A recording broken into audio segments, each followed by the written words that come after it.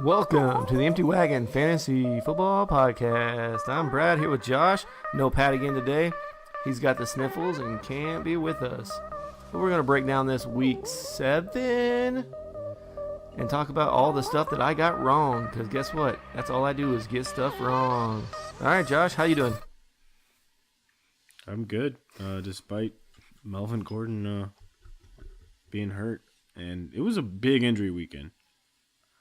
Huge injury weekend. A lot of injuries happened. And Melvin Gordon sat today. LeSean McCoy got hurt on his second carry. Bilal Powell went out. Matt Breida got hurt. It was bananas for injuries today. And Zeke was pretty much hurt. I wish Zeke was hurt because that would explain a lot. But we'll get into that. Pretty much was. Okay. So let's go ahead and start with our first game, Brad. You ready? Yeah. We got Buffalo at Indianapolis. A final score of 5-37. My thing of picking the Buffalo defense was terrible. But Marlon Mack had himself a game. Marlon Mack did very well. If he's still on waivers, you need to go pick him up yesterday. So he is the lead back there now. We can say that. Right? Without it, I mean, he had 19 carries along with 2 receptions. Yeah. Yeah, okay. He's the man. And T.Y. had a nice little bounce back game. I mean, it wasn't great, but he did get 2 touchdowns, which that always helps. And they were short touchdowns, too, because he only had 4 for 25, but the 2 touchdowns definitely helped his day. Normally, T.Y. is that deep threat, but he was targeted in the red zone on both of those. Very nice. Very, very nice. Andrew Luck only had 156 yards passing, but he had 4 touchdowns. Yeah, a lot of short fields, a lot of bad play by Buffalo. Yeah, we talked about Shady going out. Derek Anderson looked Nathan Peterman-esque out here. Just nothing good about it. 3 interceptions. I'm really worried about this Buffalo offense. I mean, the defense is okay, but they're on the field way too much. Well, I mean, they have no pass catchers. Calvin Benjamin went 4 for 71. Chris Ivory.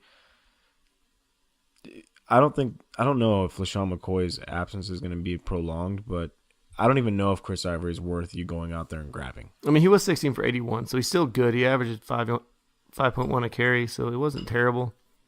But yeah, like you said, this whole offense is just no good quarterback play. You can't trust anything back there. Just bad. Just so bad. That's what we think about the Buffalo offense. I think if you still have Nyheim Hines or Jordan Wilkins, they're droppable. Hines still getting a little bit of work in the passing game, so he might be a hold a little bit. Wilkins you probably drop. You mean 1 for -5 yards? Yeah. That's still getting used. Okay. All right. And he did have the second most touches at running back. 16. And of course the tight end got a touchdown. Yes, it was not the right one, though. It was swoop or swope, depending on how you want to call it. It looks like Eric Ebron now is going to get pushed back down, but Andrew Luck only threw 23 passes. We kind of expected that in this game. We didn't expect him to throw, his average of 50. Now that they have a little bit of a running game, he's not going to need to throw the ball as much. So we'll see what happens. Buffalo doesn't have a bad defense, but it wasn't a good showing by them overall. And yeah, it's enough about this game. Let's be honest. This game was a rout, and it was gross. And Indy looked good, though. Yeah. All right. Let's go on to the surprisingly really, really, really good game. New England at Chicago. Yeah, that was a good game, man. Chicago almost went to overtime. They were a yard away. I think the takeaway from this game is Trey Burton. It was wide open. He just kept being wide open. 9 catches, 126 yards, and a touchdown. I think it's more that the Patriots can't cover tight ends if they're halfway decent. Who cares? Tariq Cohen also had 8 catches for 69 yards and a touchdown. Jordan Howard even had a touchdown. Yeah, so big thing, though, him ran the lead. Mitchell Trubisky, passing numbers weren't great. He threw the ball 50 times, 2 touchdowns, 2 interceptions. But he rushed for 81 yards and a touchdown. That's pretty good. And some of those runs, like his touchdown run was ridiculous. Did you see the highlight for that? Yeah. Where he ran to the right, then ran all the way to the left, and then walked in. Yeah, that was really good. It was just he looked like he was a running back out there. He was moving still really slow, but he used the fact that they don't want to tackle quarterbacks to his advantage. If Mitchell Trubisky's still out there, I think he's definitely worth an ad at this point. Yeah, if you can get in these game scripts where they're going to have to play from behind, where he's going to have to do a lot, and he's going to do stuff on his legs, which gives him that safe floor that we always talk about. But it was definitely a bad game for the pass catchers overall. Anthony Miller and Kevin White, even though they had a couple catches, not worth anything. Taylor Gabriel, I'm still going to hold on Taylor Gabriel. We knew that Allen Robinson would get taken out of this game. We knew that that's what New England does. They take away your number one weapon. No surprise there. And Tariq Cohen, I think you called it, said passing running backs. You say something about that? Yeah, he is. He's definitely a weapon they're going to use there a lot. So let's jump over to the New England side here. Tom Brady things. Don't even really want to talk about it. It's normal Tom Brady. Sony Michel, though. Got hurt, man. He got carted. Was he carted off or did he? He was carted off. Well, they put him on a golf cart, so carted off. Yeah, but it was a knee injury, twisted weird, obviously MRIs and stuff coming tomorrow. Yeah. But James White, I mean. Oh, my gosh. On the ground, nothing really. But in the air, 8 receptions for 57 yards, 2 touchdowns. So Chicago still is not allowed a rushing touchdown. So frustrating. If you're going to play James White, he's just going to get that. And now he could get even more of that. Kenyon Barner came in there and he tried to do his best Sony Michel impression because he went out. But Kenyon Barner, to me, unless we find out that Sony Michel is going to be out for an extended period, he could be worth an ad, but I'm not really too interested in that. Chris Hogan came back, 6 for 63. That's two pretty decent weeks in a row. How are you feeling about Chris Hogan? Well, Gronk was out, which we kind of didn't mention, but Gronk was out. So I think that kind of it let a little more targets go around. Had Gronk been there, I don't think Chris Hogan, we may have seen like 4 catches. Yeah. Instead of 6. And the takeaway from this game is the New England offense, even though they scored 38 points, the New England offense didn't actually have to do a lot. There was a punt or a kickoff return for a touchdown, and then there was a block punt for a touchdown as well. So let's not take away too much from the fact that Tom Brady only threw for 277 yards. Yeah, Josh Gordon had another 7 targets. He is a weekly start. I mean, he has to be. I think, yeah, especially with Tom Brady back there. Yeah. All right, and moving on to the London game. What a surprise in the way this one ended. It was a weird game. So it starts off with Tennessee went 3 and out. Of course. And then Phillip Rivers drops a 75-yard bomb to Tyrell Williams because, remember, we said chase the touchdowns, right? Yeah. Clearly, best thing to do. No, but then it's kind of slowed down. Then I think the Tennessee defense kind of showed up a little bit better. Well, then the next drive was a Mike Williams long touchdown. But then that was really about it for the Chargers offense. Like, they sputtered. You kind of talked about Melvin Gordon was inactive for this game. And I think you would have liked to really seen more from Austin Eckler, but it was apparent in this game that he is not Melvin Gordon. No, he still gets 7 targets, so you're still liking that. He only had 12 carries.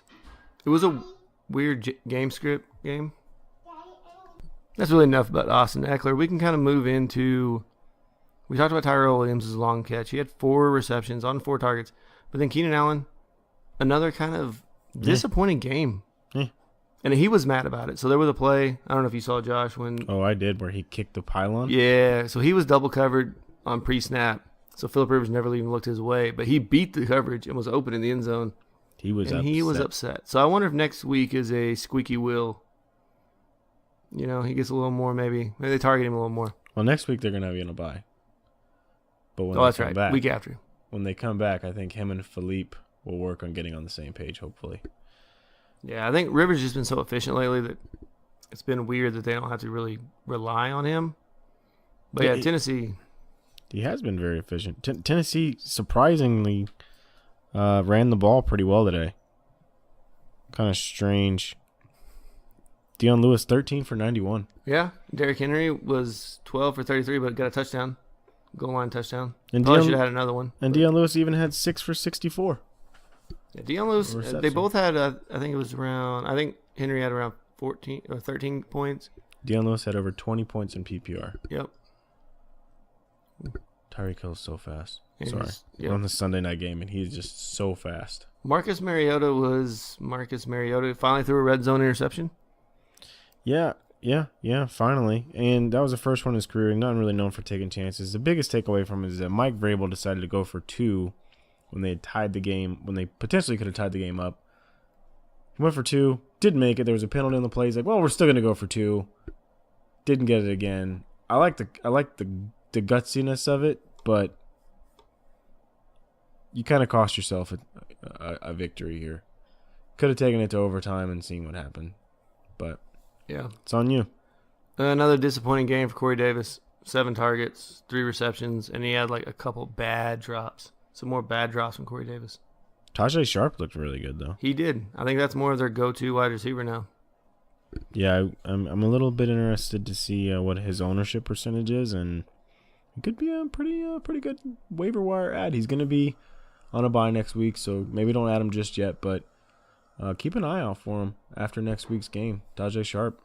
And one last thing I want to say about this. So the Melvin Ingram injury, we see a lot of times when players are injured, and we're getting into it with the Texans game too, that when they fly, it kind of makes these injuries worse, especially going on that long flight to London. Hamstring injuries and all these soft tissue injuries seem to flare up a little more, and that might have been what actually affected Melvin Gordon and made him miss the game. Yeah, you sound like you're from London.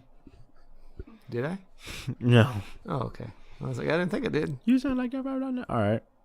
Moving on to Detroit Lions at the Miami Dolphins.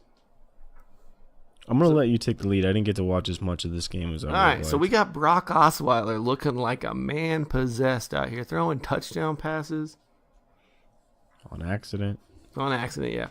All right, so Brock Osweiler is Brock Osweiler. I don't think he's going to be too fantasy relevant. The only way he's fantasy relevant is getting the wide receivers the ball. But it was Danny Amendola was the leading target getter. Albert Wilson did get hurt, so we'll see how that works out because Albert Wilson was his favorite target we saw last week, was making a lot of plays for him. It switched to Danny Amendola. But I'm not banking on Danny Amendola being if you add him, you're just adding him and you don't want to start him. Then we had Kenyon Drake finally had a really good game. He was 6 for 72, but I think it's because Frank Gore kind of went out for a while. Frank Gore was hurt for a little bit of this game. Went out with he tweaked his knee. He wasn't doing great anyway. 10 for 29, 2.9 yards a carry. That's not really impressive. We've said for a while, Kenyon Drake is the better running back there. Oh, yeah. They just don't want to give him the ball. Oh, yeah. We've said it even in the offseason. Adam Gase, for some reason, just doesn't like Kenyon Drake. Wants nothing to do with Kenyon Drake. He doesn't like to win games.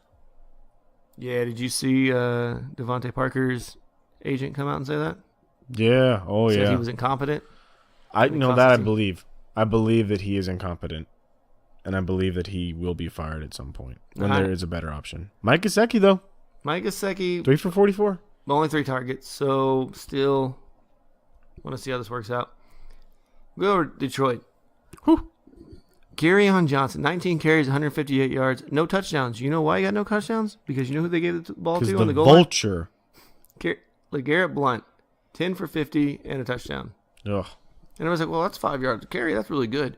Kerryon was averaging 8.3 yards a carry. Granted, he probably wore himself out on that 71-yard run he had.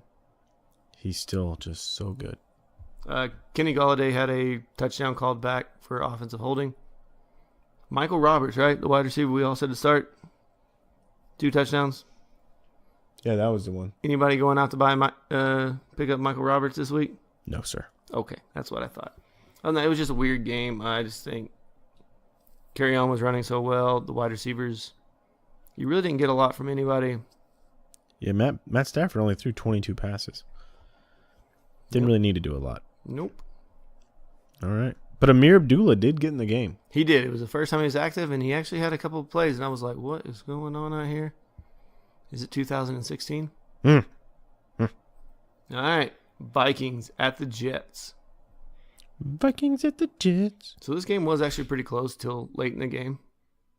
But Sam Darnold made sure that didn't stay that way with his 3 interceptions. He's a young kid. He is, you're right. Well, he's a grown man. So, Bilal Powell, you already kind of talked about, got hurt. R.I.P. Limped off the field. Crowell, the streak has been broke. Yeah, we thought that this was going to, every other week, it was a Crowell game, but. We said it was a bad matchup, but The Vikings D was tough today on the Jets. it was. The only really thing to talk about for the Jets was Chris Herndon, but I don't think anybody's adding him. Our little fancy Jermaine Kearse, that was a goose egg.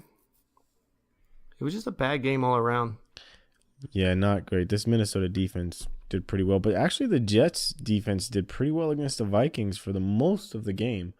Kirk Cousins wasn't having a great game, man. No, he wasn't. He had a couple late garbage time touchdowns that made his fantasy day okay, but still not what you were expecting. And Thielen again. So I'm noticing this more and more and more each time I watch the Vikings play that Stephon Diggs draws the better corner. And they even talked about it during the game. And that Kirk Cousins knows this. And he's like, well, Adam Thielen, you're just going to eat today. Because Stephon Diggs did get 14 targets, but 8 receptions for 33 yards. Not going to cut it. No, it was all a lot of screen passes and trying to get the ball behind the line and just let him make a play because they did take a couple shots at him deep, but he was just double or triple covered every time he went down the field. Yeah. Latavius Murray, he's the thing. The numbers weren't great, but 2 touchdowns. 2 touchdowns. One of them was a long touchdown too, 38-yard touchdown. I think it's time to add Latavius Murray. He probably is already added, but I mean, I think you can start him as long as Dalvin Cook is out. Low end RB2. Possibly a high end RB3. Yep, but Zach Randolph, pooper game. But yeah, Adam Thielen is a straight foul. So we probably should change that to like a Thielen instead of like a boss anymore. Oh, when you're a wide receiver and you do good, you're like a Thielen. He's such a boss. All right. Anything else you want to add in that game? It was a close game until the end, like we said, but Sam Darnold is what Sam Darnold is. Nope. Moving on. Nope, I'm good. All right. Carolina at the Eagles. What a game. This was a game. So the Eagles were winning this game 17-0 going into the fourth quarter. Was it? Yeah. Yep. All the Panthers points came in the fourth quarter, all 21 of them. Sure did. So Cam Newton, 2 touchdowns. And he ran for 49 yards. No hurt. So Cam is a beast. Christian McCaffrey's rushing numbers seems like they were down this game, like we said, so that might have been the reason. They only rushed the ball 17 times as a team, and that's including Cam's 7 rushes, which probably aren't design runs. So But I he do did worry get 6 about catches. He did have 6 catches, which we always say that his PPR numbers will keep him fantasy relevant. But I do kind of worry because we had that one big, huge game. Remember that big, huge game we had where it was like, oh, Christian McCaffrey, greatest runner ever, 149 yards. It was like 180 yards or something. Whatever it was. It was ridiculous. It was bananas. Devin Funchess is still a thing. He's 6 for 62 and a touchdown. He's still a thing. Greg Olsen got involved with the touchdown. That's all he did, though. It was it. But, I mean, we talk about how bad tight ends are. You're happy with that. I mean, I guess. You might have even got him off waivers because he was hurt. A lot of people probably dropped him. I'm not ready to bring in Olsen just yet and start him. I'm not ready. Okay. I'm dipping my toes in. And then Carson Wentz had 300 yards, 2 touchdowns. The running backs in Philadelphia did not look good. They were underwhelming. All of them. And it kind of makes you wonder if they're really going to be aggressive here soon to go out and get a trade for a running back. The deadline's coming up at the end of the month, and I wouldn't be surprised. It could have been before he hurt himself. They did last year. We'll see what happens. Zach Ertz. No. Like a boss. Straight 9 for 138. No touchdowns, but didn't need him. You don't need him. Alshon Jeffrey got a touchdown. Dallas Goedert got the touchdown. 4 for 43. Zach Ertz was tired of catching the ball. I think if you're in a deeper league where you have a bench spot, I would probably stash Dallas Goedert because we've seen Zach Ertz has missed games or came up lame or, just had bad weeks in his career. I will say this. Alshon, watching this game, Alshon looked great. and he was beating DBs down the field. I mean, he looked really, really good. And I'm not a big Alshon Jeffrey He fan. is a really good wide receiver. We just had really bad years of him with Jay Cutler and other bad quarterback play. All right. Moving on to the Browns at the Buccaneers. Oh, another overtime for the Browns. I know. I was really hoping they get that second tie. Oh, no, I wanted them to win, dude. I still feel like they're the old hard luck Browns, and I want bad luck Browns, and I want them to win. Chandler Cantizario. He says, I'm not making it from 41. You want to give me 59 to win the game? I'll do that, though. Yeah, let me take that shot. Yeah. Can't hit it from 40, but misses extra points. But 59, maybe they're going to get some penalties on these extra points.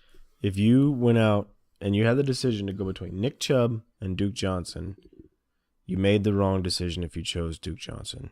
Nick Chubb, 18 for 80 with a touchdown. Great game. Really the only receivers, pass catchers that were involved were Jarvis Landry. He got off the schneid. Big game. 10 for 97 and a touchdown. I think they were trying to get him involved early. They were throwing him short passes, everything they could to get him involved in the game early and often. And Baker had a great game. It didn't start out so great, but he had a 35 run that really helped out his numbers. Yeah. So I think everybody was on the Nick Chubb bandwagon from what Twitter was going crazy about yesterday. Mm-hmm. But this morning, Duke Johnson was put in the depth chart as the number one guy. Obviously, Nick Chubb still got the start, but I think it was throwing a lot of people off. Well, a lot of people got to remember that Hugh Jackson's a really bad coach, and he's a moron. Well, he probably just erased Carlos Hyde's name and just like, oh, that's my guys. Oh yeah, it's fine, it's whatever. Auto reorder. Yeah, he's like over there playing Madden, just auto reorder the depth chart. No, he's stupid. That honestly, I think Hugh Jackson is the reason that the Browns aren't winning more games. So Jameis was supposed to have a huge game, right? He threw 2 interceptions, had a fumble. He ran for a touchdown, which somewhat saved his fantasy day. Other than that, though, I mean, he had a lot of yards, but it was a bad day for Jameis. Took a lot of bad sacks, and it really hurt his wide receivers. Deshaun Jackson had a rushing touchdown. Ronald Jones had his first rushing touchdown. Yeah, The first rushing touchdown for Tampa Bay running back this year. yeah, These are all facts. Not that you really like any of these facts, but they're real facts. they are real facts, and I don't like them. Yeah, I don't like any of the Tampa running backs still. So Still. Adam Humphries had 8 targets. Only 4 receptions for 37 yards, but 8 targets. That's still quite a bit of targets. Well, he threw the ball 52 times. He did. Because they can't run it. They cannot run the ball. So, I mean, you got Godwin or Humphries. Which one do you like better going forward? Oh, I like Godwin better. He's gotten the red zone targets. He's gotten the red zone looks. He only had 6 targets, and he had 5 receptions for 59 yards. Yeah. Mike Evans is still Mike Evans. He wasn't having a great game until the overtime period really helped that a lot. But he gets the targets. If you're getting 11, if you're getting 10-plus targets in a game, I'm going to be happy with that wide receiver. Yeah. I mean, I'm not arguing with that. David Njoku, another touchdown. So if you need a tight end, David Njoku's a great tight end to have. Browns have nice matchups coming up the next couple weeks. Yeah. Yeah, they do. I think you never know which Browns pass catchers are going to really be involved. And that's the hard. I think we learned that Jarvis Landry will be involved. I think they're going to be more aware of getting Jarvis Landry the ball. You think so? Todd Haley, I think, made it a point to get Jarvis Landry the ball. It helped Baker get in a rhythm early by throwing some of the short passes that Jarvis Landry we know can run and has done well with before. Yeah, and you know, it was a great game. Buccaneers won in overtime. But a lot of these games this week came down to last-minute kicks or last-minute plays. Really exciting. But not this next one. We got Houston Texans and the Jacksonville Jaguars. Deshaun Jackson drove a bus to the game. I don't think he drove, but the team gave him a bus because they didn't want him flying with his rib injury.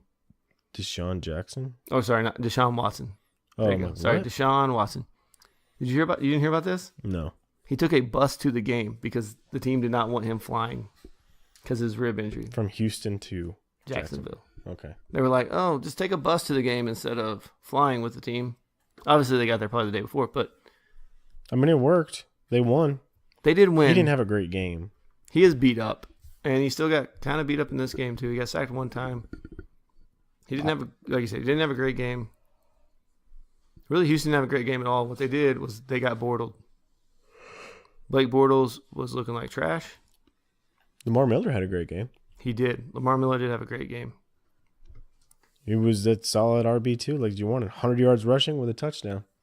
Will Fuller had himself a game, but he had himself a game because Kiki re-injured the hamstring. And they've already came out and said they don't expect Kiki to be ready for Thursday night because they have that quick turnaround playing Miami on Thursday night. So if you have Will Fuller on your team, you can probably fire him up for this Thursday night game. Get ready. Will Fuller, the 1, 2, 3, 4, 5. DeAndre Hopkins got a touchdown. It was only 3 for 50. Deshaun Watson only threw the ball 24 times and only completed 12 of those. Okay, the real story here, though, is Blake Bortles got benched. he got benched. For Cody Kessler, Benched. who looked better. 21 for 30. And he came in the third quarter and he threw the ball 30 times. Hey, you know what? And he had a touchdown. You know how many touchdowns Blake had? 0. He did. You're right. 0 touchdowns. I could have done 0 touchdowns. So this rushing game in Jacksonville, I'm pretty sure Carlos Hyde's going to get a lot of work next week. He's going to get a bajillion carries next week. Because TJ Yeldon +4. was 12 for 28. Their leading rusher is Blake Bortles. TJ Yeldon saved his day with a receiving touchdown.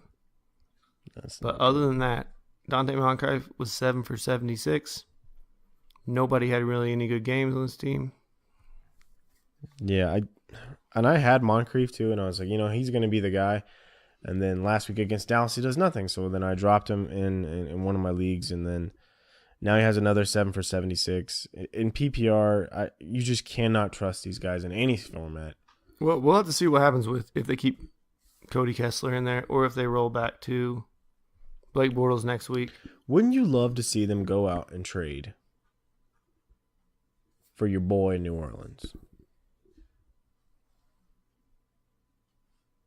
Teddy Bridgewater? Oh, Teddy Bridgewater? Yeah, Teddy B.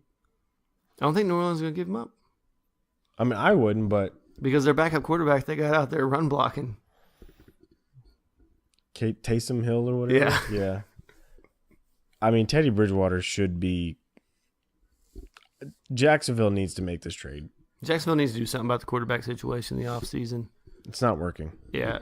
What's killing their defense is time of possession. The fact that Blake turns the ball over so much, gives it so many short fields, the defense is on the field so much that they cannot they can't do it. They can't play at the level they need to play at.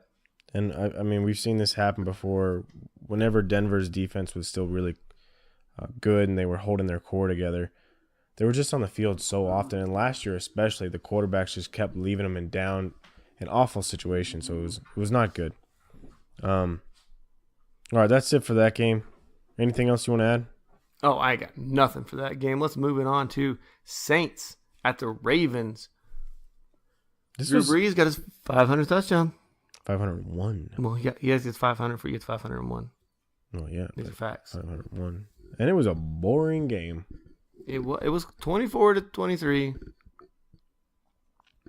Now, who did have a big game? Smoke. He did. 7 for 134 with 1 touchdown. Smoke. But yeah, Breeze had his typical road game, dude. They only had 7 points at the end of the first half. I mean, the Ravens were dominating time of possession. And they could get nothing going on the ground. Alvin Kamara was 17 for 64, which is okay. He did get a touchdown. Mark Ingram was 12 for 32. It wasn't good. Every time they went to run the ball, there was no holes there at all. But Michael Thomas, 7 for 69 on 9 targets. He did have a little bit of the dropsies early in the game, but he turned it around. Had himself an okay game. He's Michael freaking Thomas. Yep. He'll be fine. Baltimore tight end watch. Hayden Hurst, 2 targets. Nick Boyle, 1 catch. But it was really Mark Andrews with the touchdown. That's what makes a difference. 1 for 8 for 1. you're going to go one for something, you might as well be one for one. And then Justin Tucker misses the first extra point attempt of his career. He was 222 for 222. He also missed a field goal in this game. They just didn't call it. It went over the goalpost, and I think it was out. But I think they gave it to him just because it was Justin Tucker. Like the rest were like, he doesn't miss them. Yeah, he doesn't miss. He doesn't miss. Well, he missed later on and cost him the game. Real bummer. I do think there's something to keep an eye on with Drew Brees outdoors on the road. It does kind of wonder me if they can't get the running game going like they did last year, it will affect this team a lot. I think they'll fix it. I'm not super worried about it. All right, Rams at the 49ers. CJ Beathard, right? Nope. No, not against the Rams. No, I said it. Told you I'm wrong about a lot of things this week. Jared Goff threw for 200 yards, but had 2 touchdowns. Because that's what happens when you can drop it off to Todd Gurley. Yeah, Todd Gurley had himself a nice little game. He might be a little MVP this week. Yeah, Todd Gurley, 15 rushes for 63 yards, 2 touchdowns on the ground, 1 receiving touchdown. 3 on the day. He lives in the end zone. Brandon Cooks had a nice little bounce back game, 4 for 64 and a touchdown. Robert Woods, 5 for 78 and still leading the team in targets. We told you not to start Josh Reynolds. Hopefully you did not do that because he only had 1 catch for 19 yards. Yeah, biggest thing from San Francisco is that Matt Burrito went out again with that ankle injury. I think the ankle injury is going to bother him all year. He came back in for a little bit, but he had a fumble, and that was about the end of his day. I got to be honest. I think if Raheem Mostert is the guy that they really like there. I mean, Alfred Morrison. He shows flashes. Alfred Morris is just so boring to watch run. He got more carries. Morris did, but he didn't do half as good with those carries as Mostert. Yeah, he does nothing. When you watch him run, he runs straight into the line and just falls down. Not a great game. George Kittle, 5 for 98 and a touchdown. He was their star. He is their star. He is the guy to go to, their go-to guy for CJ Beathard in his team. And Marquise fell back down to earth. Yeah, I mean, he had a couple. We said he's a touchdown or bust type guy, right? Well, he's like a Robbie Anderson, all these guys. He got 5 targets. They didn't connect deep on him. Bust. It's going to happen. It's like when you played Deshaun Jackson. Remember all those years you'd start Deshaun Jackson, and he'd have you an awesome game, and then he wouldn't have you another good game until you put him on your bench? Yeah, I remember that. All right. Dead to me. Moving on. To the... Is it Cowboy Skins? Yeah. So, rumors were that the Cowboys are really seriously looking for Amari Cooper. They need him. Yeah. They need something on the offense. Michael Gallup is not developing quickly enough. He had himself a game, though. 3 for 81 and a touchdown. He had a great game, but they need someone that can draw some attention. Consistently. And get some people out of the box. Because Zeke, 15 for 33 is not going to cut it for Zeke. No. And he had a couple good runs. They got called back because of holds. Yeah, it was a bad day for Zeke. Jeff Swaim got hurt. Dak, I thought he got destroyed. Got some smelling salts in him. Came back and played. With smelling salts in his hand. But he was very inaccurate. He was making a lot of overthrows, and I'm wondering if maybe that hit didn't have something to do with it. Oh, I guarantee it did. He walked back out there with smelling salts. Did you see the video of him walking back out there with smelling salts? He had no reaction to smelling the smelling salts.